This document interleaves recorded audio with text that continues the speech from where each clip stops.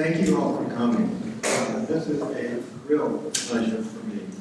I'm introducing Peter Killeen, who will talk today about mathematical principles of reinforcement. This theory, to me, is a grand accomplishment and an unusual thing in behavior analysis, an unusual thing in behavior, an unusual thing in psychology. And it's something with, I think, enormous potential.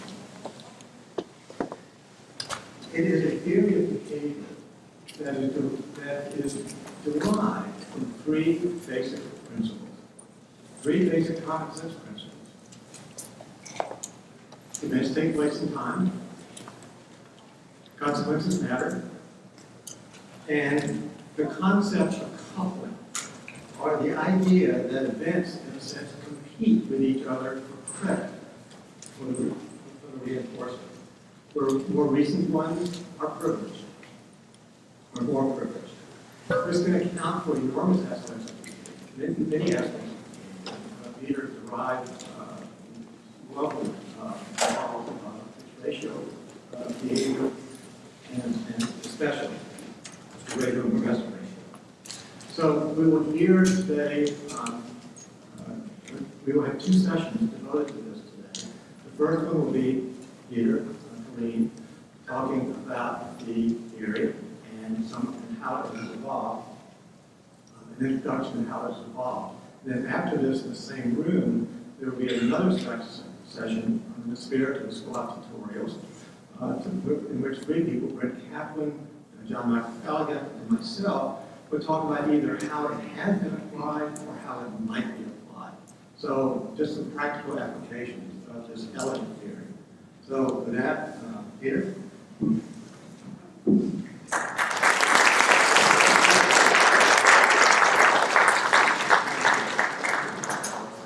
I like that elegant part. When I was a kid in graduate school, lots of stuff was happening in learning and in the field, and being through with a lot of good stuff. I said, my goal will be to write a mathematical principle, a set of mathematics that will predict the behavior, or at least retrodict it, on all schedules, at least simple schedules of reinforcement. And after I got tenure, I started doing that, do these things without that. And it arose almost from the grassroots up. The basic principles then got revised. And I'll explain about model revision as we get to the issues. I want to explain about principles also, because people, in part because people like Clark Hull misconstrue, I think, what principles are and the role that they play in science. These people helped me, and I can use the initials for MPR for Mark Riley. He's contributed much more than initials, so it's some really nice data that caused us to revise the models. And other people subsequent to these have worked on this with me. So this is the way I think about facts, models, data, and theories. Facts are organized to data. So you start writing down numbers, or the computer does, for lever prices or key packs or times that kids do something or other. And that's not really facts yet. You have to make sure they're right, they're consistent, that oftentimes in the world you'll find people that are finders of facts, they call them, like juries, Yeah, he killed that person, but was it murder or not? And so they'll sort over the data to come up with the fact, yeah, murder one. And so the data get cleaned up to become facts. And facts then are fairly solid foundations for our science. Theories are fairly general sets of principles that tell us what we're going to be studying. We're going to be studying the color of paints, or the soundness of the foundation, or the behavior of people in the building. So it orients us to the data space, and it gives us rules for constructing models. Principles are seldom tested. You have to start with postulates somewhere, and these should be reasonable enough that you don't need or want to test them. It's the models that put the theoretical constraints into a dialogue with the facts that you're always messing with, always trying to improve the goodness of fit between what the theory says should be going on and what the data are telling you is going on. So some examples of principles, although they're called laws, they're not laws. Laws are generalities like law of reflection, law of refraction, Ohm's law. They're empirical generalizations that are pretty solid. These were principles. Let me go to the next slide. The first principle we know is inertia. Now, bodies will keep moving in a straight path indefinitely if they're not acted upon by forces. The second law we know is force equals mass times acceleration. And the third is for a reaction, there's an opposite of equal reaction. These are pretty general, and it's not quite clear how you test them as stated, and that's what makes you turn to models.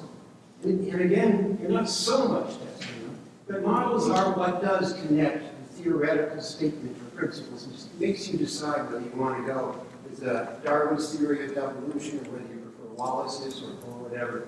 And so models are go-betweens that translate the words of a theory into something that can talk to the data and listen to the data and talk back to the theory.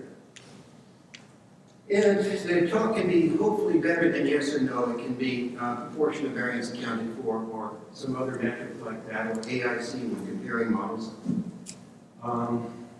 So you take the second law, force equals mass times acceleration, and you integrate it a few times, and you get statements of velocity, position, and so forth. So now you've got something that you can map against data. So you take that car, and you make a model car out of it, that silhouette below it, and apply these equations to it. So the equations aren't truths. They're tools for seeing if the theory is the reasonable way to go about constructing models, and the models do a reasonable job of accounting for data. Now, I want to warn you at the beginning, there's one thing a lot of people repeat that I hate. It's George Box's statement that all models are wrong, but some are useful. They're not. That's like saying, let's suppose I give you a silhouette of somebody. Well, I recognize who that silhouette is. Well, it's only a silhouette. Does that make it wrong? No. As a silhouette, it's doing its job. And as models, they can be doing their job.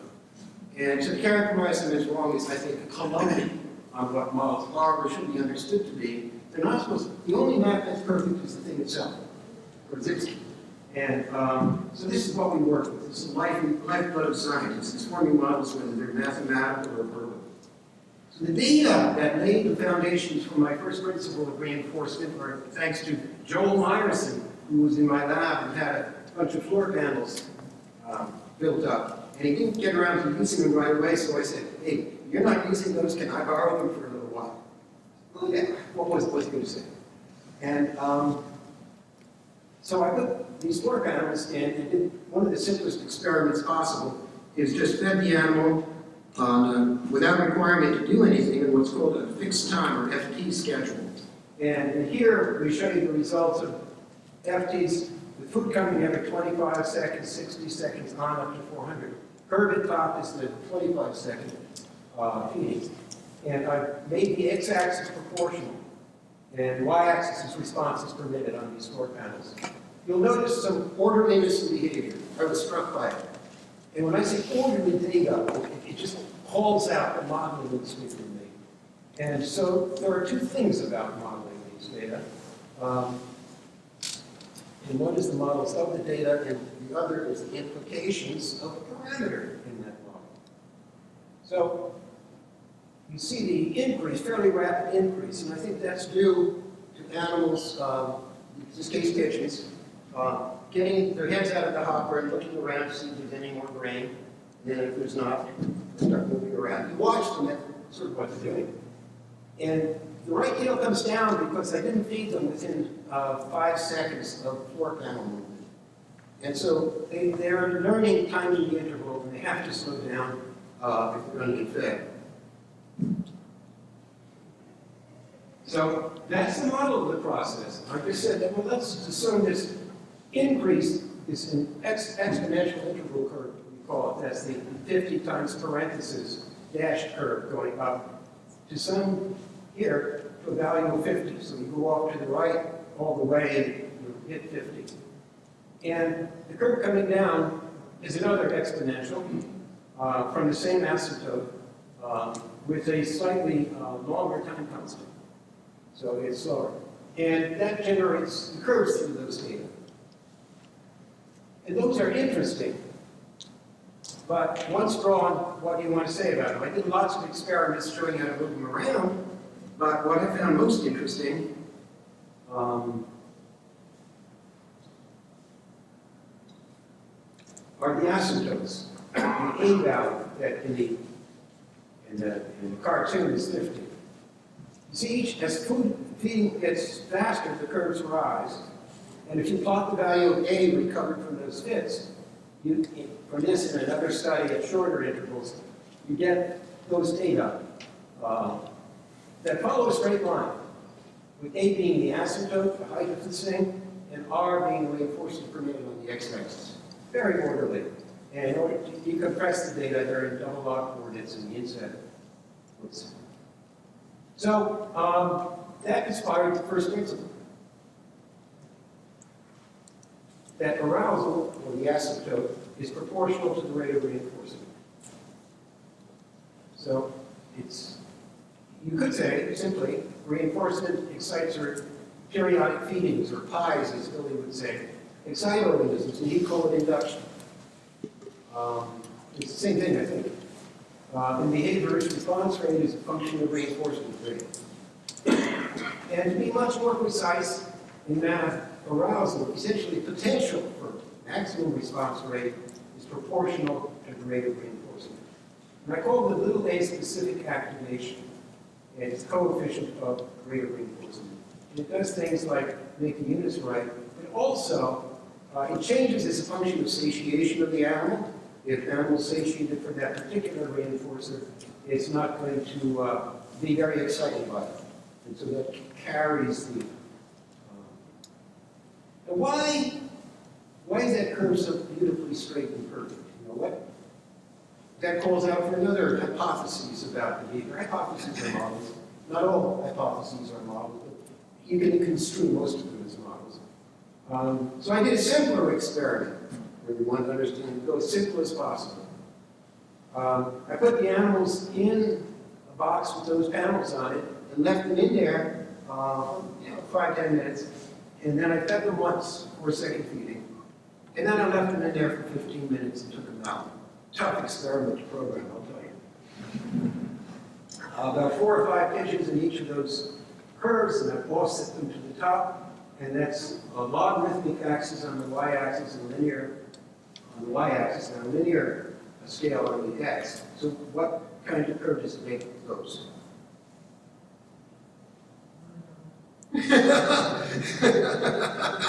No, you answered in a prior session, and you're not going to get the answer any longer. You have to be untenured to answer this.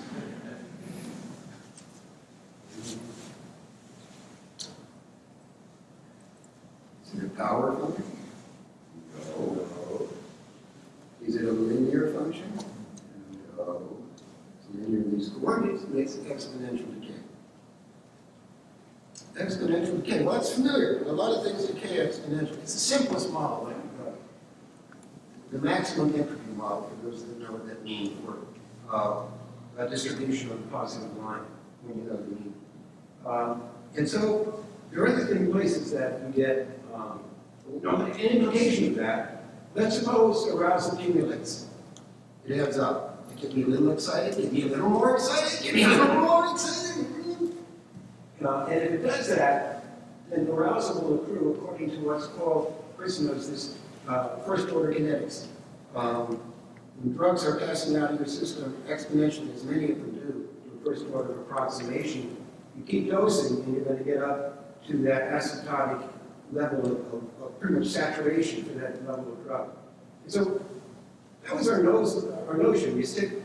You move from feeding once a day to once every X seconds, and you should get arousal increasing like that, as mentioned by 4-panel motions. Then you do. The top curve moves from 1 trial a day to FT 30 second, and that goes way up, higher as you'd expect, because they're coming closer together, accumulating better. And the bottom curve is FT 50, day 1, And then the intermediate one is the same FT50, same verbs on day 2. So that tells us that arousal not only accumulates within a session, it conditions the environment. The environment gets exciting and gets them off to a jump start. Okay, that's the first principle. Why I came to it from an orderly relationship of asymptotic rates of reinforcement, and what I inferred was the mechanism of it, was first order kinetics of decay of arousal. And the second principle is there's just not enough time to do everything you want to do. Even if you're doing the same thing all the time, doing the thing takes away time from doing it again.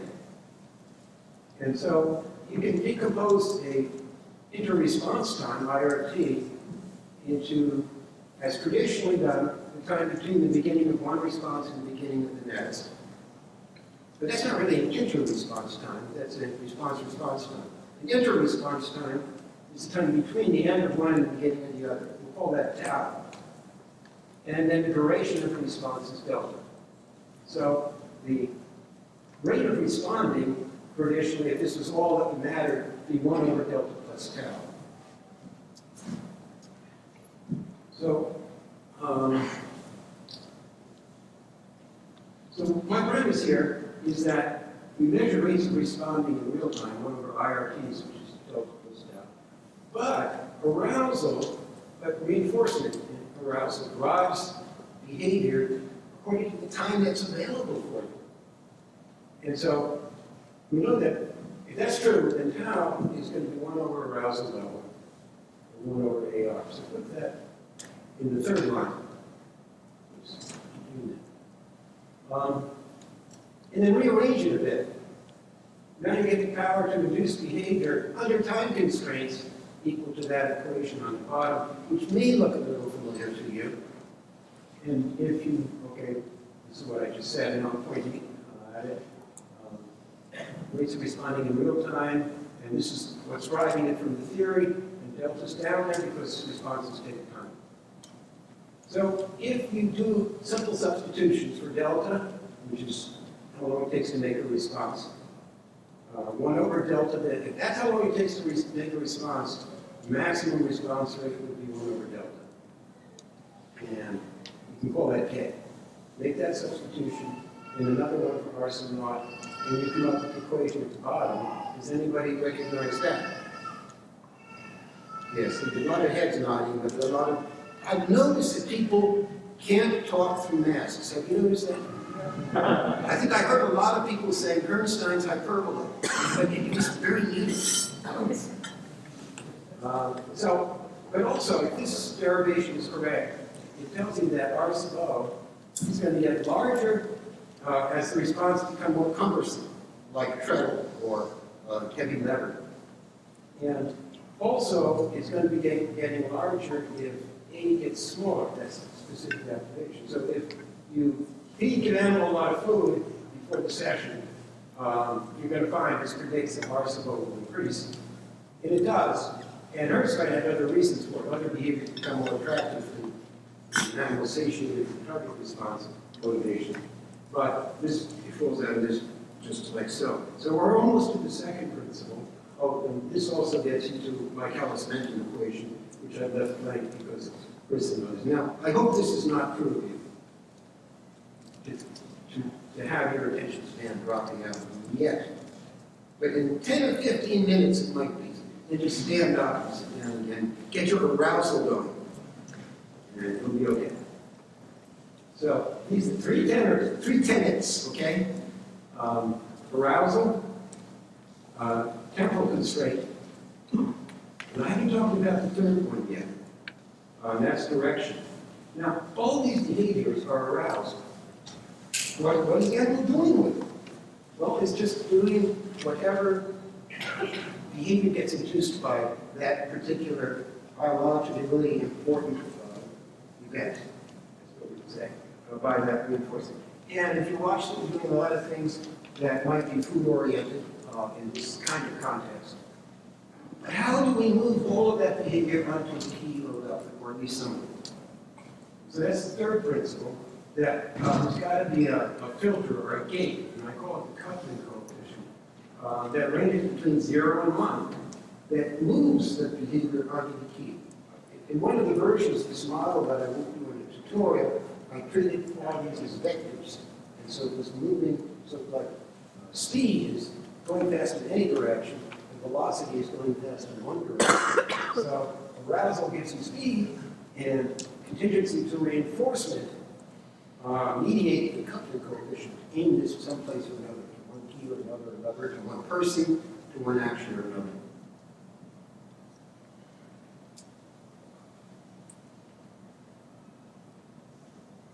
As I'll say in a minute, I'll say right now, pragmatically, C is the proportion of the recent behavior under the delay of reinforcement gradient that constitutes the target response. I'll say that clearer in a minute. So I think my first J, okay, this is the brain.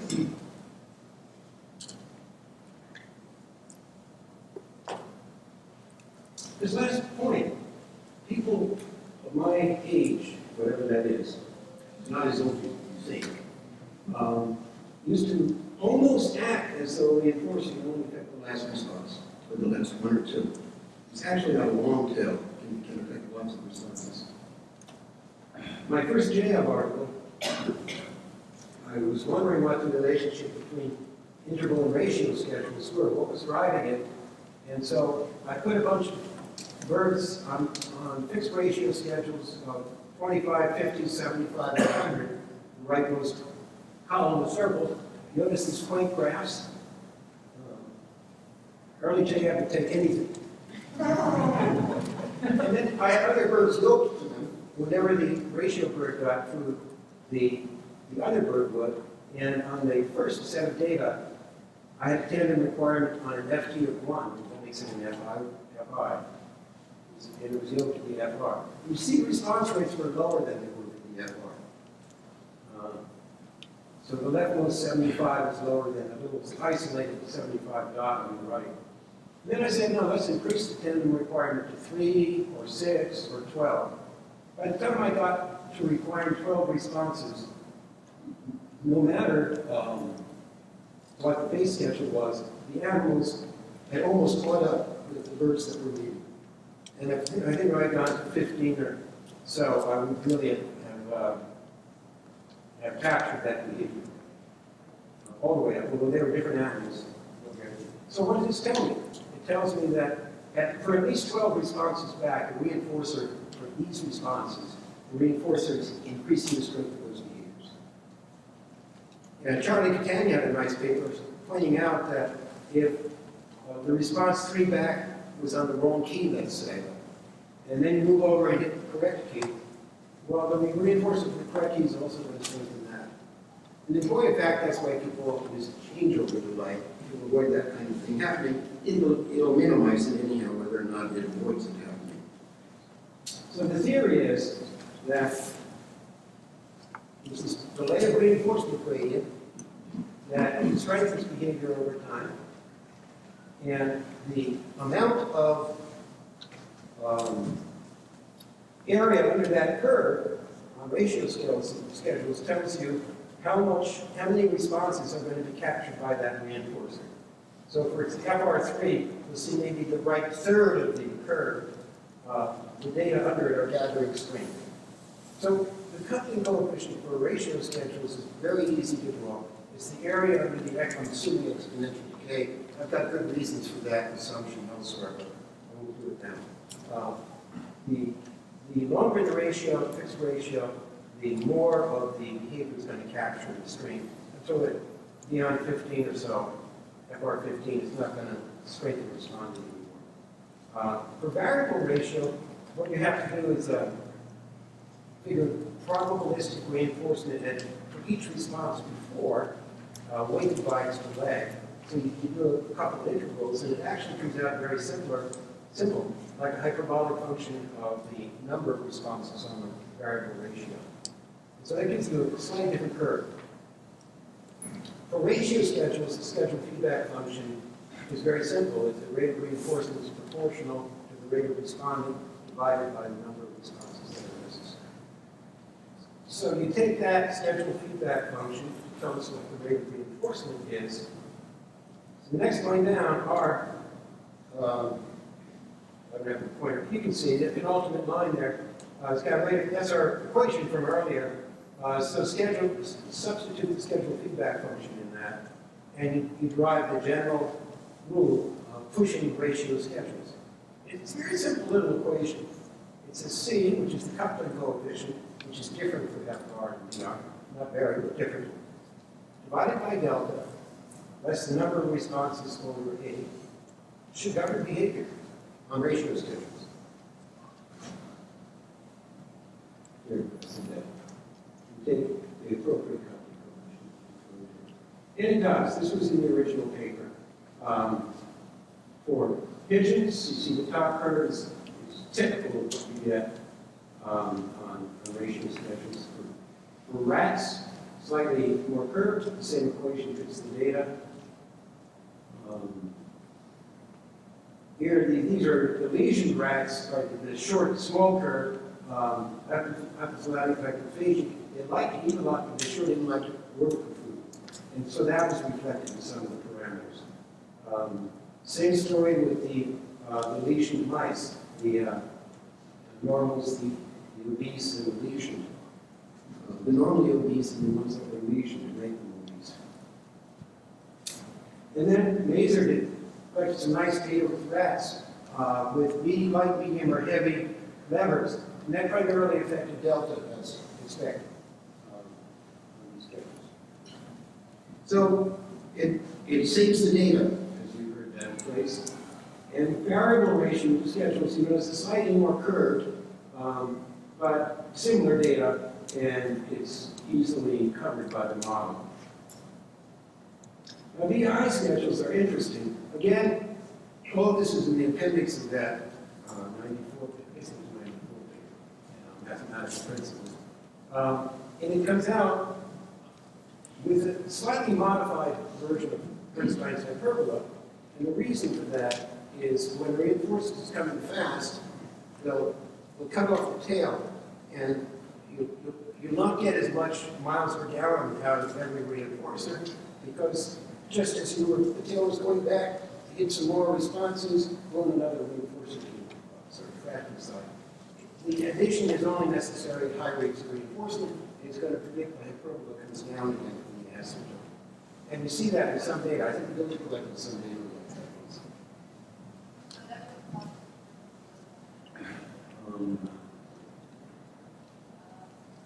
And again, when you go from a key factor to treadle press, you get a big increase in delta going to the treadle press, but all the other parameters, if I remember, remain the same.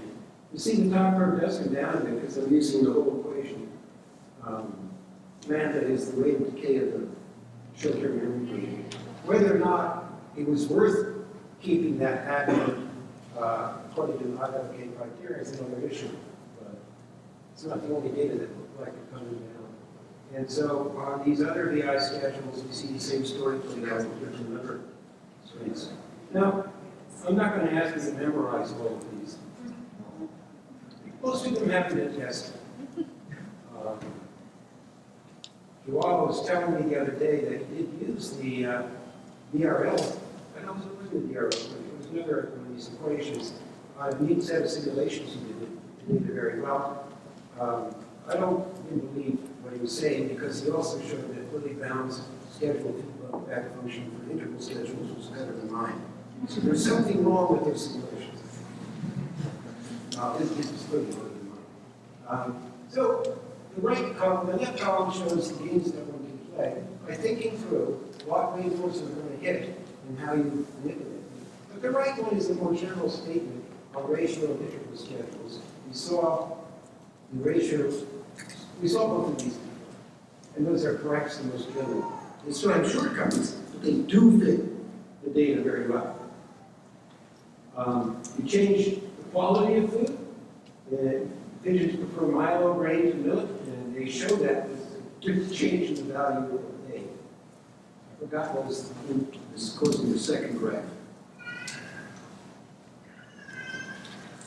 Lovely guy, as the bottom of the top came to one of the Abbas and said, you know, a problem with NPR is that as the animals eat, it's the only one I can identify, but as the animals continue eating on a schedule that's fairly rich, that A should be decreasing, and so arousal is not going to be accumulating. So that's not in their model. Yeah. I'm going to put it in, okay? And so he did. It was really a very nice bit of work. And his brother, I think, was perhaps a little more mathematically inclined than other students with him, published a paper in JF. Might have been J. No, it was JEP. That's why you may not have seen it. So the upper left one is my model, and the right ones are different versions of his model, some simpler than others. And he applied them to data, and he fed rats on schedules that range from BI 15 seconds on up to BI 120 seconds. And using one of these forms, which you can see in his article, he predicted the rate responding per minute for the schedules. These were rats. And you'll see that when the food is very infrequent, like on the 120-second schedule, the basic model is fine. But as you get faster than that, it comes down in an McSweeney kind of curve. And so he's really, in fact, he refit Brandon McSweeney's data with the satiation model. It fit very nicely. More of the same. So that was a lovely model. He went on to say that if I cap arousal at 1, rather than let it be a free-floating all the way up, you could rewrite the model this way. This is the general model of behavior. Response rate equals arousal level times the coupling coefficient over delta. And that's really beautiful boiling down the whole thing. I haven't played around with that.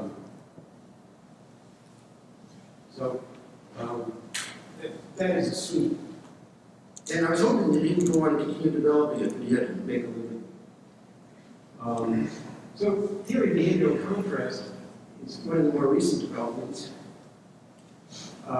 sort of. And what I argue is going on there is that not only is there not enough time to get all the feedbacks and lever presses in that you want, you're also doing other things, and those are going to be interfering with what's going on, off-key behaviors, off-lever behaviors. So in that formulation on the left, where arousal level is specific activation times the rate of reinforcement. So T means for the target behavior. So the left half of that is the basic model. And then A sub C plus 1 over A sub C is the same version of that for competing behaviors. It tells you how much competing behaviors there are. And so the prediction is that the response rate will be proportional to the original model times the probability, because those ratios are probabilities, times the probability of not engaging in the competing behavior. Simple enough.